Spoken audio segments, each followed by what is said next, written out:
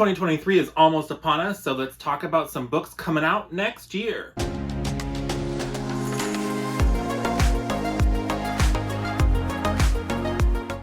Hi guys, welcome back, bienvenue and all that jazz. Today I'm going to talk about 10 upcoming releases that are coming out in Q1 of 2023, so that's January, February, or March. Some of these are continuations to series that I just want to shout about the series more because you should read them. Some of them are books that are like new books or standalones or what have you. So let's just dive straight into this list. Up first, like probably every fantasy reader alive, pretty much, I am eagerly awaiting the secret projects from Mr. Brando Sando. And so Secret Project 1 should be coming out in January of 2023, at least for people who backed the Kickstarter. And then I was seeing in the updates on the Kickstarter that even people who didn't back the Kickstarter can get an ebook version of the books, I think 10 days after they release for backers. So it should be coming out somewhere between January 1st and January 10th, at least in ebook format. I know that there are some potential delays of the physicals, but we'll see what happens. I don't want to say the title or anything else because it's been a really weird launch because for some reason, even the titles are being considered spoilers, which I think is just silly, but just to respect people, Angela, I won't mention that stuff, but if you don't know, I am hosting a great Cosmere read-along that is going from 2023 all the way through the end of 2024, leading into the release of Stormlight 5, where we're going to be reading everything in the Cosmere, excluding Mistborn, because just this last year, I did a buddy read with Elle from Elliot Brooks for Mistborn Era 1, and then I did the buddy read-along with Angela over at Literature Science Alliance for Era 2, and so I don't feel the need to read any of the Mistborn again currently, so we're just going to dive straight in with Secret Project number 1 in January. I have all of the deets, including the schedule that we discuss in the Cosmere read-along announcement video that I'll link below if you need more information, and then the schedule itself is pinned in my Discord in the Cosmere read-along channels. So if you want more information about that, there's all the places to get it. It'll be a lot of fun to be able to do spoilers for only the individual book, and at the end of every live show that we do for one of these books, we're going to go into full Cosmere spoilers for the books that we've read up to that point. So if you want to be able to watch the Cosmere spoilers up to that point segments of every video, you have time to catch up on Mistborn on your own time. But anyways, let's just move along because that's enough Brandon Sanderson time for today. The next release that I want to talk about is the Sapphire Altar by David Dalglish. This is book 2 in the Vagrant Gods trilogy, and this is coming out January 10th, 2023. So this is an epic adult fantasy series. It's just so much fun. So I read book 1, The Bladed Faith, I want to say in earlier this year, and it was just all of the vibes that I like. So when I'm looking for comfort reads, I'm looking for that epic adventure fantasy with a great cast of characters, and the Gods Among Us trope is what really gets my blood pumping, if you will. And so if you like any of the similar things to me and you're looking for that fun, we start off with a bang epic adventure fantasy, then I can't recommend the Vagrant Gods enough. The setup is we have this Everlorn Empire, which has over the years been kind of expanding its territory by going into these different areas and killing the gods that are there, because the gods in this world are these physical beings that are present in the world. And so they kill the gods of the different countries, and then they insert a new political structure to kind of brainwash the local populace into worshiping the god incarnate, which is the ruler of the Everlorn Empire. And so worship is magic, and so it's just really cool, and there's these interesting thematic things that you can dive into about religion and kind of dealt with in this series. There's found family elements, there's kind of queer normative stuff, we have sapphic relationships on page, we talk about male-male relationships. It is by no means romance focused in any way. I just like to bring up that those kinds of relationships exist, because if you're like me, you kind of like those relationships to be just around. It doesn't always have to be a queer romance story. It can just be that there's kind of queer characters and they're just characters. It's just part of them. So I really appreciate the way that David does that stuff. He's also a super fun person and plays a lot of cool video games and has a very entertaining Twitter where he posts some kind of salty takes from time to time, which you all know. I love me some salty takes. But the Sapphire Altar itself, it definitely avoids any kind of middle book syndrome from a trilogy perspective. It is just as fast paced. The stakes are still just as high. There are some cool revelations about the world building, and the ending of the Sapphire Altar is rude. Because like, I think it's in the second to last chapter, you get this big reveal, and then you get this little tantalizing bit in the final chapter, and then it's over. And I was like, David! But you should have time to read both of the books that are currently available before book 3 comes out. He seems to be good about doing his maybe once a year schedule, so there's not that long to wait. So you should read these series because they're good. So now we're going to get into some books that I know less about. They just kind of caught my eye by the cover or the description, or this first one I want to talk about I heard first from Elle at Elliot Brooks. And so that is Godkiller by Hannah Kaner. And this is coming out January 19th of 2023. And it has a very short little blurb, so I'll just give you the blurb because it can probably say it better than me. Shockingly, Kissin kills gods for a living and she enjoys it. I killed a god and I like... Sorry. That is until she finds a god she cannot kill. Ooh. Skediketh, god of white lies, who is connected to a little noble girl on the run. Elogast fought in the God War and helped purge the city of 1,000 shrines before laying down his sword. A mysterious request from the king sends him racing back to the city he destroyed. On the way, he meets a god killer, a little girl, and a littler god who cannot find out about his quest. So, I mean, it just sounds like good times. I like Gods Among Us. This sounds like it's going to give me everything that I want. And so, January 19th. Then the next book is Spice Road by Maiya Ibrahim, and this comes out on January 24th. And this is kind of just giving me those Arabian Nights, like Aladdin-y feels. And so this says that it's the first book in a new epic fantasy series, and it is Arabian inspired. And so this is a very long blurb, so I'm just going to give you a little piece of it.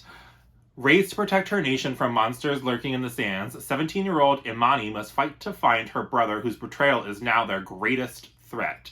So it sounds like there is some kind of weirdness with the magic, where the magic kind of gives you this affinity for different metals, and it seems like it may have some tea-based aspects to the magic, which after reading the Book of Tea Duology last year by Judy Eileen, I really enjoyed that kind of more organic feeling magic, and it was like a little bit more subtle. And so mix that with a desert fantasy with Arabian Nights vibes, like, I'm here for it. Then coming out on February 7th, 2023, we have Our Share of Night by Mariana Enriquez. And so this one, I'm really confused. So I'm not sure if this is like a reprinting that's coming out in February or what. It seems like this is an illustrated edition of a translated work.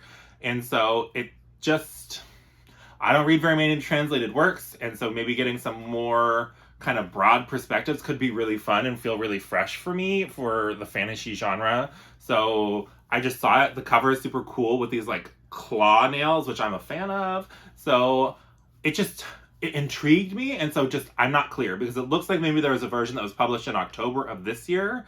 And then there's this newer version that's illustrated that's coming out in February of next year. Regardless, we don't talk enough about translated works, so it deserves a spot on this list. And so let's dive into the blurb. A young father and son set out on a road trip, devastated by the death of the wife and mother they both loved. United in grief, the pair travels to her family home where they must confront the terrifying legacy she has bequeathed. The woman they grieve came from a clan like no other, a centuries-old secret society called the Order that commits unspeakable acts in search of eternal life. For Gaspar, the son, this vampiric cult is his destiny. Now Gaspar is in danger and the Order tries to possess him.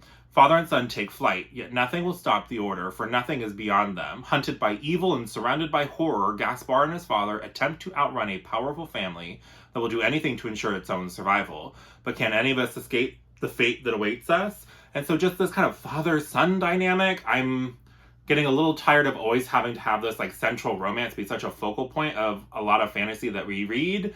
And I know my friend Jack at Jack in the Book Stack was talking about it when she recently read the nonfiction book Ace about like asexuality and how prevalent in our culture it is that we always have to talk about like these romantic relationships. And there's rare to find stories that don't have some element of that present. And so I thought that this sounded like a great time going through mourning and some kind of more important themes, and just sounds like fun urban fantasy with this crazy cult. So if that sounds good to you, you should definitely check it out as well. It may already be available, but if you want the illustrated edition, February, so look more into it for yourself. Then up next, I have The Tyranny of Faith by Richard Swan, which comes out on February 14th of 2023. And this is book 2 in, I can't remember the name of the series, but book 1 was The Justice of Kings, which came out in 2022. And it was kind of like a book 2 darling in quarter 1 of 2022. I read it and I liked it, but I wasn't like head over heels in love. I think it's one of those expectation games, because I heard everybody and their mom just screaming about how amazing The Justice of Kings was. So when I got to it, and it was kind of this interesting like murder mystery fantasy where we're kind of following the assistant of the man, and the man, I want to say his name was Conrad von Volt. He is kind of like judge, jury, and executioner. He kind of gets sent around to enforce the empire's justice, basically. So he can investigate things, he can try people for crimes, he can execute them if necessary. He had some kind of interesting like voice-based magic, as well as some necromancy, which I wish the necromancy was a bigger part of it, but that's neither here nor there. And who knows, maybe book 2 will have more of it. But it was just kind of this like kind of predictable murder mystery, and I was expecting a little bit more, but I was intrigued enough by the world building that I'll definitely be checking out book 2, and the cover looks super cool. So you definitely have time to read The Justice of Kings before The Tyranny of Faith comes out. Just saying. Then on March 2nd, we have The Adventures of Amina Al-Sirafi. And if you're like me, you have heard Jashana howling about this from the rooftops for quite a while. This is by Shannon Chakraborty, the author who previously published under S.A. Chakraborty for her young adult works. Or are they adult? I don't really know. It's the City of Brass Daevabad trilogy, and I've never read those, but this cover with the cool like kraken looking thing just kind of caught my eye.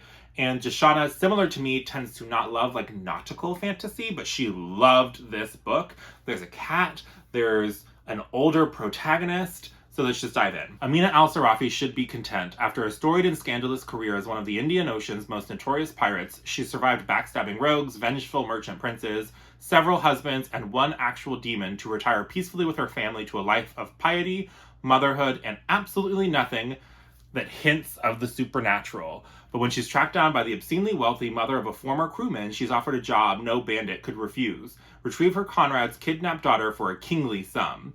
The chance to have one last adventure with her crew, do right by an old friend, and win a fortune that will secure her family's future forever, it seems like such an obvious choice that it must be God's will. Yet the deeper Amina dives, the more it becomes alarmingly clear that there is more to this job and the girl's disappearance than she was led to believe. For there's always risk in wanting to become a legend, to seize one's last chance at glory, to savor just a bit more power, and the price might be your very soul. I know, at least for me, as I'm getting older, I know I'm not that old, I'm 32, but it is fun to see a older protagonist, and it's not always these like young whippersnappers doing all the stuff. And so it just sounds really intriguing, and it seems like there's some intrigue and some fun shenanigans to be had. And so that's coming out March of next year. And then coming out on March 21st of 2023 is Smolder by Miss Laurell K. Hamilton. And if you're somehow new to this channel, I think she is on the #1 spot for my top 10 ongoing fantasy series. I have been reading Laurell K. Hamilton and the Anita Blake Vampire Hunter series since I was in like junior high. And this is book 20, I want to say it's maybe 29. So we're up there in the series. And I know a lot of people get kind of put off, one, by super long series, or two, because they hear that Anita Blake in particular devolves into smut. And I'm here to tell you that is kind of true. That kind of happens around book, I want to say 8 or 9. When you start getting to the books that sound like potentially they could be the titles of pornos, those are the ones that are particularly smutty. So when you get to Narcissus in Chains, you get to Cerulean Sins and Incubus Dreams, like those ones in particular. And there is like lore reasons, there are like plot reasons that happens, but they do get kind of weird, kinky, smutty times. I fully admit that. And I understand that that's not for everybody, but just Anita, this kind of like small, petite, feisty, fiery Latina woman who is fighting vampires, who is a legal vampire executioner. She is also a animator who raises the dead for a living for like legal cases, and just she is so cool, and she has a degree in preternatural biology, and she kind of gets called in on police cases to help the regional preternatural investigation team, also known as RIPIT. And it's just like so much fun, and it starts off kind of in a similar vein to Harry Dresden, but Laurell did it first with the kind of monster of the week vibes. And then you start to get the meta plot. And then we're kind of in the post-meta plot now in books 28, 29. And we're kind of back to that more monster of the week feeling. And so it's just, it's one of those series I just know what I'm getting when I'm going into an Anita book. And it's just such a comforting thing for me. And in March of next year, I will be like 2 months out or like a month and a half out from trying to have my final draft of my thesis, to then get my green light meeting to schedule my defense to graduate with my PhD in biological sciences next year. So I need the comfort reads. And then the last two, I just kind of found when I was doing an internet deep dive. And so if you have been on BookTube for any sense of time, you know that 2022 was really the era of Kingfisher. She kind of exploded in popularity, I feel like. I feel like every booktuber and their mom has read Nettle and Bone or knows of it.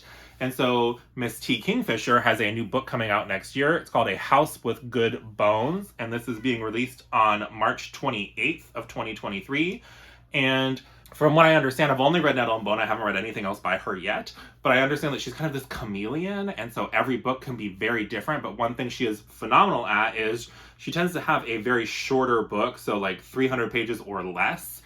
And they always slap, and they always have like the most quick buy-in to character dynamics that you could want. And so her new book sounds like it's this gothic horror suspense book. So let's just read the synopsis, shall we? Her brother's words echo in Sam Montgomery's ear as she turns onto the quiet North Carolina street where their mother lives alone. She brushes the thought away as she climbs the front steps. Sam's excited for this rare extended visit and looking forward to nights with just the two of them, drinking boxed wine, watching murder mystery shows, and guessing who the killer is long before the characters figure it out. But stepping inside, she quickly realizes home isn't what it used to be. Gone is the warm, cluttered charm her mom is known for. Now the walls are painted a sterile white. Her mom jumps at the smallest noises and looks over her shoulder even when she's the only person in the room. And when Sam steps out back to clear her head, she finds a jar of teeth hidden beneath the magazine-worthy rose bushes, and vultures are circling the garden from above. To find out what's got her mom so frightened in her own home, Sam will go digging for the truth, but some secrets are better left buried. It just sounds like such cool, maybe haunted house, maybe suspense. I don't know, but it sounds just like a fun time. Like, I want to read that book. And then I guess just the end of March is like when the kind of creepy books are coming out. So the other thing that I have on here is Greymist Fair by Francesca Zappia, and it's coming out also on March 28th. And this one sounds like it's maybe young adult horror fantasy horror. Who knows? The horror can go wherever she wants. Am I right? Oh. So let's dive into this description, shall we? The people of Greymist Fair know that the woods are a dangerous and magical place, and that they should never set foot off the road. But when a young tailor discovers a body on the road, her search for the culprit reveals even more strange and dark happenings around her town. It sounds like this is going to be inspired by grim fairy tales, and I don't know much else. I don't need to know much else beyond that. It just sounds like it's going to be kind of dark, mystery, vibey, grim fairy tale-esque, and I'm here for it. But those are 10 books that are coming out in Q1 of next year. Are you excited to read any of these? Have you heard of any of them before? Have I convinced you to try any of them? Let me know in the comments down below, or if you just want to let me know your most upcoming read in Q1, I'd love to hear that as well. If you just want to leave an emoji, maybe leave a skeleton, because the cover of Greymist Fair kind of has these creepy skeleton hands. So, I don't know. Skeleton. But I think that will do it for today's video. I hope you enjoyed it. If you liked it, please give it a like. Subscribe if you haven't already for more bookish shenanigans like this from moi. Other than that, I hope you have a great rest of your day, and I'll talk to you again soon. Bye!